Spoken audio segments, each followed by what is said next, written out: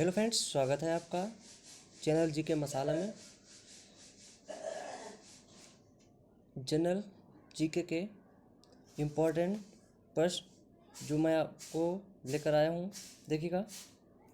दिया गया है आपको क्या कि जो निम्नलिखित में से कौन सा विकल्प उष्णता का कुचालक है। इसमें लकड़ी, हीरा, पानी, माइका। तो आपको बताना है इसमें उष्णता का कुचालक कौन सा है। तो इसका राइट आंसर हो जाएगा दोस्तों ऑप्शन ए, लकड़ी। अगला देखिएगा, घन वस्तु में ऊष्मा चालन की दर पर निर्भर नहीं करती है। घन वस्तु में ऊष्मा चालन की दर पर निर्भर नहीं करती है। सामग्री की सघनता या सामग्री के आयाम या घर्षण या इलेक्ट्रॉनिक विन्यास। तो बताइएगा दोस्तों इसमें क्या होने वाला है। तो बताइए दोस्तों इसमें क्या होने वाला है। तो इसका राइट आंसर हो जाएगा दोस्तों ऑप्शन सी, घर्षण के कारण होता है ये। अगला देखिएगा, उष्णता से संबंधित भौतिक विज्ञान की शाखा को क्या कहते हैं। उष्णता से संबंधित भौतिक विज्ञान की शाखा को क्या कहते हैं। Option A, optics. Option B, acoustics. Option C, thermodynamics. Option D, electricity. तो आपको बताना है इसका राइट आंसर क्या हो जाएगा। इसका राइट आंसर हो जाएगा ऑप्शन सी। ऑप्शन सी इसका राइट आंसर हो जाएगा, थर्मोडायनामिक्स। अगला देखिएगा, गर्मी सीधे से संदर्भित नहीं होती है। ऑप्शन ए, थर्मल ऊर्जा का तापमान मापक। ऑप्शन बी, अणुओं की गति। ऑप्शन सी, विद्युत चुम्बकीय तरंगों के माध्यम से स्थानांतरण। या ऑप्शन डी, पदार्थ के थर्मोडायनामिक गुण। तो इसका राइट आंसर बताना है आपको दोस्तों क्या हो जाएगा। तो इसका राइट आंसर हो जाएगा ऑप्शन ए। ऑप्शन ए इसका राइट आंसर हो जाएगा, थर्मल ऊर्जा का मापक। तो फ्रेंड्स दिया गया है आपको, हीट एक्सचेंजर प्रवाह का एक प्रकार नहीं है। प्रतिप्रवाह, एक काउंटर प्रवाह, या समानांतर प्रवाह, या क्रमिक प्रवाह।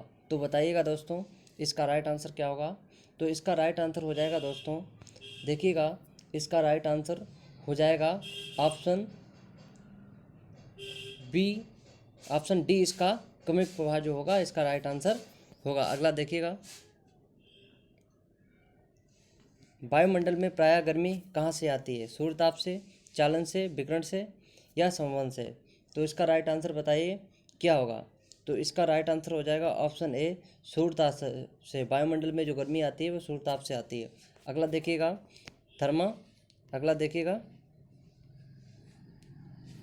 थर्मामीटर में आमतौर पर पारे का प्रयोग किया जाता है क्योंकि इनमें क्या होता है, अधिक तरलता होती है, या उच्च सघनता होती है, या उच्च चालकता होती है, या उच्च विशिष्ट ऊष्मा होती है। तो इसका राइट आंसर बताना है आपको क्या होगा। तो बताइए दोस्तों इसका राइट आंसर क्या होगा। इसका राइट आंसर हो जाएगा दोस्तों ऑप्शन सी, उच्च चालकता होती है। उच्च चालकता होती है। अगला देखिएगा दोस्तों, पारंपरिक थर्मामीटर में किस तत्व जो प्राकृतिक रूप से अत्यधिक जहरीला होता है का प्रयोग किया जाता है। किसके लिए, कार्बन, मरकरी, या आर्सेनिक, या कैडमियम। तो बताइए दोस्तों इसका राइट आंसर क्या होगा। तो बताइए दोस्तों इसका राइट आंसर क्या होगा। तो ये जो मरकरी होता है, मरकरी ये बहुत जहरीला होता है। अगला देखिएगा, वह तापमान क्या है जिसका पाठ्यांक फ़ारेनहाइट तथा सेल्सियस दोनों पैमानों पर समान होता है। बताइए दोस्तों ऐसा क्या है जिसका तापमान फ़ारेनहाइट और सेल्सियस दोनों पैमानों पर समान होता है। तो बताइए दोस्तों इसका राइट आंसर क्या होगा। तो इसका राइट आंसर हो जाएगा ऑप्शन बी, -40 डिग्री। अगला देखिएगा, मानव शरीर का औसत तापमान है कितना है, 34 डिग्री, 35 डिग्री, या 36 सेंटीग्रेड, या 37 सेंटीग्रेड। वही बात है, डिग्री या सेंटीग्रेड, ठीक। अगला बताना है डिग्री सेंटीग्रेड। तो इसका बताना है राइट आंसर क्या होगा। राइट आंसर क्या होगा। तो बताइए दोस्तों इसका राइट आंसर क्या होगा। इसका राइट आंसर हो जाएगा ऑप्शन डी जो उसका मानव शरीर का होता है वो 37 डिग्री होता है, 37 डिग्री सेंटीग्रेड। अगला देखिएगा, क्रायोजेनिक को दर्शाता है कौन? क्रायोजेनिक को कौन दर्शाता है? कम तापमान या उच्च तापमान या कम दबाव या उच्च दबाव। तो बताइएगा दोस्तों क्या होगा इसका राइट आंसर? तो इसका राइट आंसर हो जाएगा ऑप्शन ए, कम दबाव। अगला देखिएगा, निम्न में से किसमें संवहन होता है?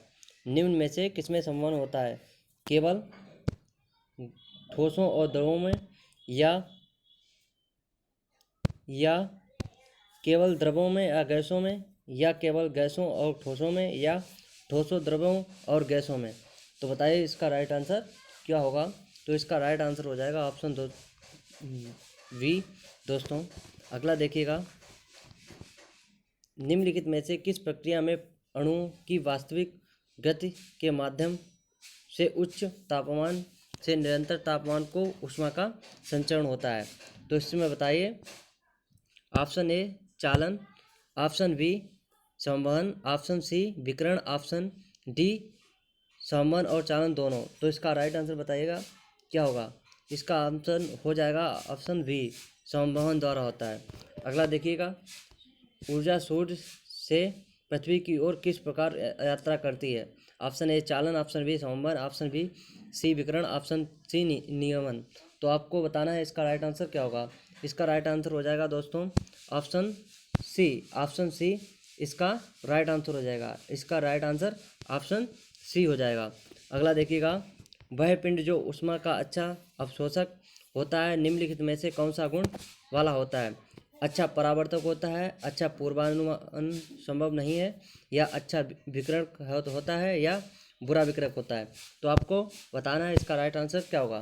तो इसका राइट आंसर हो जाएगा दोस्तों, इसका राइट आंसर हो जाएगा दोस्तों अच्छा विकिरक होता है। तो देखिएगा, हेलो दोस्तों, ध्वनि का तारक किस पर निर्भर करता है? आवृत्ति पर, तीव्रता पर, वेग पर, या आयाम पर। तो बताइए इसका राइट आंसर क्या होगा। इसका राइट आंसर क्या होगा? तो इसका राइट आंसर हो जाएगा ऑप्शन दोस्तों, ऑप्शन ए आवृत्ति पर। अगला देखिएगा, डेसिबल क्या है? डेसिबल क्या है?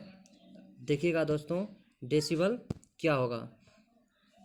एक संगीत वाद्य या शोर की तरंग दैर्घ्य, या संगीत का एक स्वर, या ध्वनि स्वर का एक माप। तो बताइए इसका राइट आंसर क्या होगा। तो इसका राइट आंसर हो जाएगा दोस्तों, इसका राइट आंसर हो जाएगा दोस्तों ऑप्शन डी, ध्वनि स्तर की माप। अगला देखिएगा, 20 हर्ट्ज से 20,000 हर्ट्ज की आवृत्ति ध्वनि को कहते हैं, क्या कहते हैं? शब्द ध्वनियाँ, या पराश्रविक ध्वनियाँ, या अपश्रविक ध्वनियाँ, या मेगासोनिक्स। तो इसे बताना है आपको क्या कहते हैं। इसका होता है श्रव्य ध्वनियाँ, जिन्हें हम सुन सकते हैं। अगला देखिएगा, पराश्रव्य ध्वनि की आवृत्ति क्या होती है? पराश्रव्य ध्वनि की आवृत्ति क्या होती है? विशिष्ट रूप से 20,000 हर्ट्ज से ऊपर, या 20 हर्ट्ज से ऊपर, या 20,000 हर्ट्ज से ऊपर, या 20 हर्ट्ज से नीचे, या 2 हर्ट्ज से ऊपर। तो बताइए इसका राइट आंसर क्या होगा। तो इसका राइट आंसर हो जाएगा जो 20 हर्ट्ज होता है उसकी ऊपर वाली ध्वनियों को हम सुन सकते हैं। तो यही ऑप्शन ए राइट हो जाएगा। अगला देखिएगा, ध्वनि में वायु में ध्वनि का वेग किस पर निर्भर करता है? वायु में ध्वनि का वेग किस पर निर्भर करता है? वायु के घनत्व पर, या वायु के तापमान पर, या वायु के दबाव पर, या वायु की आर्द्रता पर। तो आपको बताना है इसका राइट आंसर क्या होगा। तो इसका राइट आंसर हो जाएगा दोस्तों वायु के दाब पर। अगला देखिएगा, प्रतिध्वनि सुनने के लिए न्यूनतम दूरी कितनी होनी चाहिए? प्रतिध्वनि सुनने के लिए न्यूनतम दूरी कितनी होना चाहिए? तो 20 मीटर, 13 मीटर, 17 मीटर, 21 मीटर। तो इसमें से बताना है आपको कौन सा सही होगा। तो इसका राइट आंसर हो जाएगा ऑप्शन सी, 17 मीटर। अगला देखिएगा, सोनार का पूरा नाम क्या है? सोनार का पूरा नाम क्या है? Sound neutralization and ranging. अगला देखिएगा option B, sound navigating and reaching. अगला देखिएगा option C sound navigation and ranging. अगला देखिएगा साउंड न्यूट्रलाइजेशन एंड रीचिंग। तो इसको बताना है आपको क्या होगा, इसका आंसर बताना है आपको क्या होगा। तो इसका आंसर हो जाएगा दोस्तों option C sound navigation and ranging, इसका राइट आंसर हो जाएगा। अगला देखिएगा निम्नलिखित में से किस विद्युत चुम्बकीय तरंग दर सबसे कम होती है, सबसे कम होती है। तो बताना है आपको रेडियो तरंग की, अवरक्त तरंग की, यक्स किरण की या गामा किरण की। तो बताना है आपको इसका क्या होगा, इसका राइट आंसर क्या होगा। तो बताइए दोस्तों इसका राइट आंसर क्या होगा।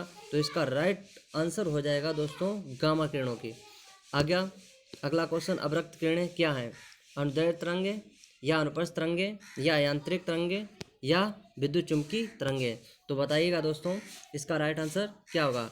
तो इसका राइट आंसर हो जाएगा विद्युत चुम्बकीय तरंगे, ऑप्शन डी।